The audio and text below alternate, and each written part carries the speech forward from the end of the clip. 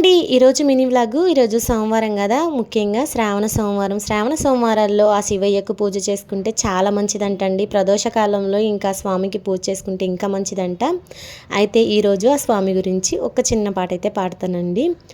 అరుణాచల శివ అరుణాచల శివ అరుణాచల శివ అరుణాచల అరుణాచల శివ అరుణాచల శివ అరుణాచల శివ అరుణాచల అరుణాచలమనుచు స్మరించు వారల అహము నిర్మూలింపు మరుణాచల అలగు సుందరముల వలె చేరి నేను నీ ఉందమ భిన్నమై అరుణాచల.